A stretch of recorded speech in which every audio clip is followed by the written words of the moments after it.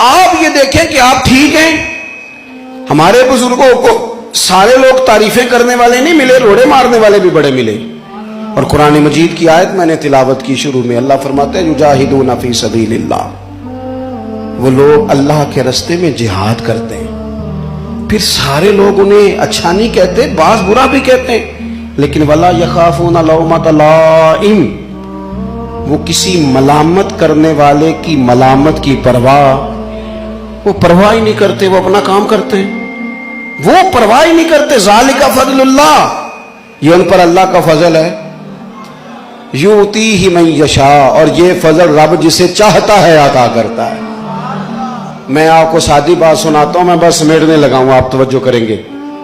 ہمارے نا شیخ ابو داؤد محمد صادق صاحب رحمۃ اللہ علیہ، حاجی صاحب ہم کہتے تھے ان کو، وہ جا رہے تھے بازار میں، بھرا بازار ہے، گزر رہے ہیں تو ایک لڑکی کو دیکھا، بچی کو، بہن کو، بیٹی کو، وہ نا ننگے سر جا رہی ہے، بے پردہ ہے. تو حضرت صاحب کا چہرہ ادھر ہی ہے، السلام علیکم پتر مسلمانہ نے تھی پردہ کر.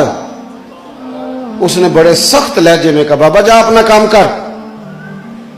تو حضرت ہنس پڑے، پرواہ نہیں ہے نا ملامت کی، ہنس پڑے. وہ کہنے لگی بابا جا اپنا کام کر. ہنس کے فرمان لگے پتر میرا ہے ہی کام میں، میں کام نہیں لگا، میرا نا یہ کام میں لوگوں کو نہ بتانا کہ یہ ٹھیک ہے اور یہ، میں کام نہیں لگا. اللہ تعالیٰ نے دل پھیرنے ہوتے ہیں.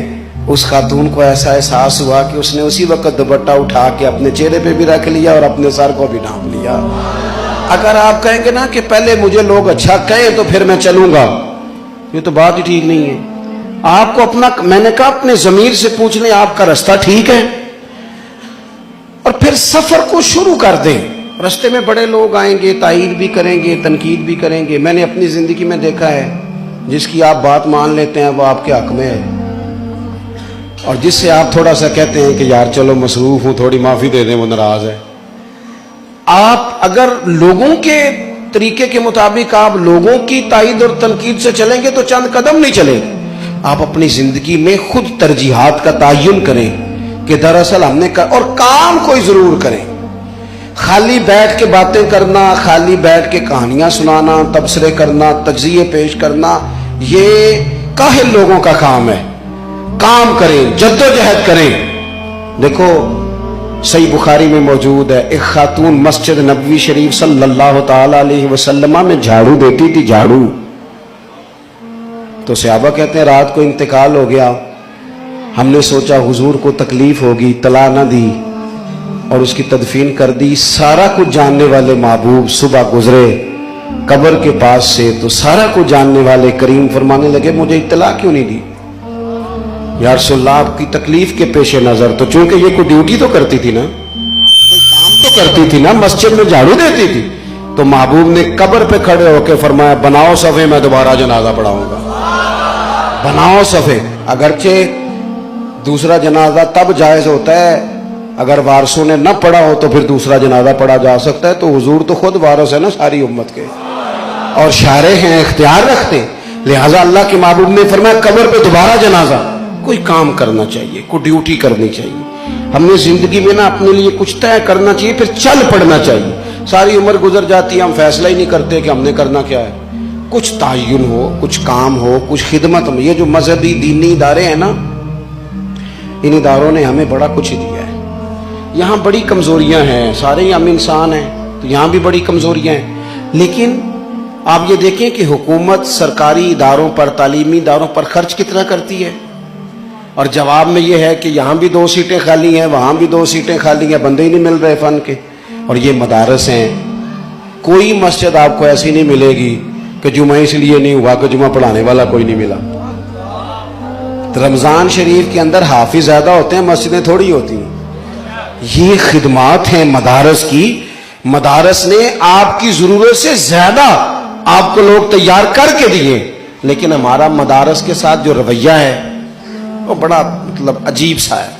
ہمیں تھوڑی سی نا، اور میں اکثر یہ کہا کرتا ہوں، ایک جگہ پہ میں حاضر تھا تو ایک صاحب تقوی بیان کر رہے تھے، جی میں نہیں جی کدی مدرسے دے بچیاں دی، حالانکہ میں ذمہ دار ہوں، میں کدی روٹی چکھی بھی نہیں مدرسے. وہ بچے جانے میں نے کبھی چکھی بھی نہیں. میں کہا جی ہوں تسی تقوی بدل لو، انہوں ہی کھایا کرو جڑی بال کھاندے نے.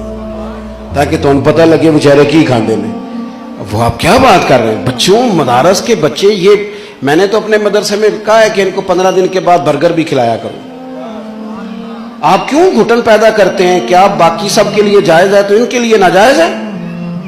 کیوں نہیں یہ کھا سکتے؟ ان کی خودی اسی طرح بیدار ہونی چاہیے جس طرح باقیوں کی ہے. اور میں بڑے دعوے سے کہہ رہا ہوں کہ تھوڑے وقتوں میں آپ دیکھیں گے آنے والے وقت میں زیادہ ایم فل، زیادہ پی ایچ ڈی بچے مدرسوں کے ہوا کریں گے. ہاں ہاں، اور تم دیکھو گے یہی چراغ جلے گا تو روشنی ہوگی. یہ تمہیں انقلاب برپا کر کے دیں گے، یہی تمہیں وہ ساری دھارس بدھائیں گے جو تمہارے بڑے بڑے سرکاری خرچوں کے ساتھ ممکن نہیں ہو پا رہی. ہر ایک کو جواب، ہر بندے کو. ملا رومی فرماتے ہیں کہ گھوڑے اور گدھے کی بحث ہو گئی تھی. گھوڑا کہتا تھا آسمان کا رنگ نیلا ہے، تو گدھا کہتا تھا نہیں کالا ہے. جب بحث طول پکڑ گئی تو بادشاہ کے پاس، شیر کے پاس فیصلہ چلا گیا. گھوڑے نے جا کے کہا بادشاہ سلامت یہ بتائیں آسمان کا رنگ کیا ہے؟ اس نے کہا نیلا. کہنے لگا میں بھی کہتا ہوں پر یہ گدھا مانتا ہی نہیں، یہ مجھ سے صبح سے بحث کر رہا ہے. تو شیر کہنے لگا کہ بھئی گدھے تیرا کیا خیال ہے؟ کہنے لگا جی میں تو صبح سے کہہ رہا ہوں کالا ہے. تو بادشاہ نے فیصلہ سنایا. کہنے لگے گھوڑے کی بات بھی ٹھیک ہے، رنگ آسمان کا نیلا ہی ہے، پر گھوڑے کو عمر قید کی سزا بھی ہے. وہ گھوڑا کہنے لگا جی یہ کیسا آپ کا انصاف ہے کہ بات بھی میری ٹھیک ہے اور سزا بھی مجھے ہی ہے. تو کہنے لگا سزا اس بات کی نہیں کہ تیری بات غلط ہے یا ٹھیک ہے، سزا اس بات کی ہے کہ تو نے گدھے سے ہی بحث شروع کر دی ہے. تو بڑا ہی بے وقوف ہے، کبھی کسی نے گدھوں سے بھی بحث کی ہے. وَإِذَا خَاطَبَهُمُ الْجَاهِلُونَ قَالُوا سَلَامًا. یعنی ہر بندے سے بحث کرے بندہ، اپنا وقت ضائع کرے، اپنے قیمتی اوقات کار ادھر ادھر بندہ لگا دے. تو ہمارے بزرگوں نے یہ کام کیا. جسٹس امیر علی نے ایک جگہ پہ داتا صاحب کے حالات میں لکھا ہے کہ یہ جو بھاٹی دروازہ ہے، داتا صاحب کے بعض عقیدت مندوں نے اس کا نام اجمیری دروازہ رکھ دیا تھا. تو بھٹی قوم لڑنے آ گئی. راجہ جے سنگھ اس وقت لاہور کا حکمران تھا، وہ بھی آگے تھا کہ جی کیوں آپ نے نام رکھا؟ ہمارے ہاں یہ بڑا مسئلہ نہیں، محلے کا نام میرے نام پہ ہو جائے، گلی کا نام میرے نام پہ ہو جائے، بھائی اس سے کیا فرق پڑتا ہے؟ بادشاہ پھٹیاں لگاتے ہیں، اگلی حکومت آتی ہے وہ اتار کے اپنی لگا لیتی ہے، اس سے کوئی فرق پڑتا ہے؟ یہ تو نفس کو تھوڑی دیر راضی کرنے والی بات. عصر کے بعد داتا صاحب رحمۃ اللہ علیہ نماز پڑھ کے باہر تشریف لائے تو بڑی بحث، اپنے بھی بیگانے بھی. وہ کہنے لگے ہم نے بدلنے نہیں دینا. بھٹی قوم کے لوگ ابھی مسلمان نہیں، کہنے لگے جی جب ہم آباد ہیں تو نام بھی ہمارا ہونا چاہیے. داتا صاحب نے نا بڑے تحمل سے بات سنی اور مسکرائے. ہاں مسکرائے، اور مسکرا کے اپنے عقیدت مندوں سے کہنے لگے عجیب بندے ہو، او خدا کے بندو، کبھی پھٹیاں بدلنے سے بھی انقلاب آیا ہے، کبھی تختیوں پہ نام لکھوانے سے بھی انقلاب. اگر انقلاب لانا ہے تو ان غیر مسلموں کے دل بدلو، انہیں رسول پاک کا غلام بناؤ صلی اللہ تعالی علیہ وسلم. فرمایا جاؤ بھائی، آباد تم ہو تو دروازے پر حق بھی تمہارا ہی ہے، بھاٹی دروازہ ہی نام رہے گا. داتا صاحب نے فیصلہ سنا دیا، اندر چلے گئے. عقیدت مند تھوڑے پریشان تھے کہ ہم تو جناب تیار تھے اور یہ بزرگوں نے کیا فیصلہ سنایا. اگلی صبح جب لوگ سارے ابھی پوری طرح بیدار نہیں ہوئے تھے کہ راجہ جے سنگھ بھٹی قوم کے 150 آدمی سمیت آیا. کہنے لگے حضور پہلے دین سنا تھا، آپ کو مل کے دین دیکھا ہے. ہم دور تھے تو بات اور تھی، قریب آئے ہیں تو رنگ اور ہے.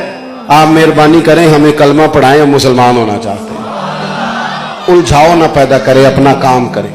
اور ایک بات آخر میں اور آپ سے عرض کرنی ہے، کچھ لوگ تنقید بھی کرتے ہیں، اور تنقید ہمارے ملک میں تو باقاعدہ پروموٹ کی جاتی ہے. یعنی کوئی بندہ اگر وہ اس کا لہجہ بدتمیزی والا جتنا زیادہ وہ اس کا لہجہ اس طرح کا ہے، وہ کسی کو معاف نہیں کرتا، نہ کسی اللہ والے کو، نہ اس کو اتنا ہی زیادہ پروموٹ کیا جاتا ہے. یہ مزاج ہے. یہ جی کوئی نوکھی بات تو کر رہا ہے نا، یہ بعض جگہوں پہ طبیعت بنا دی گئی ہے. دیکھو اگر آپ ٹھیک ہیں، آپ کا ضمیر مطمئن ہے، آپ سمجھتے ہیں کہ آپ صحیح رستے پہ ہیں، پھر لوگوں کی شاباشی سے سفر تیز نہیں کرنا چاہیے اور لوگوں کی تنقید سے سفر روکنا نہیں چاہیے. اگر آپ ٹھیک ہیں، آپ نے جس راہ کا تعین کیا ہے وہ اخلاص والی ہے. لوگ تو آپ اگر سفر کرتے ہیں تو کئی دفعہ آپ کے ساتھ قافلے ہوتے ہیں اور کئی دفعہ کوئی رستہ بتانے والا بھی نہیں ملتا.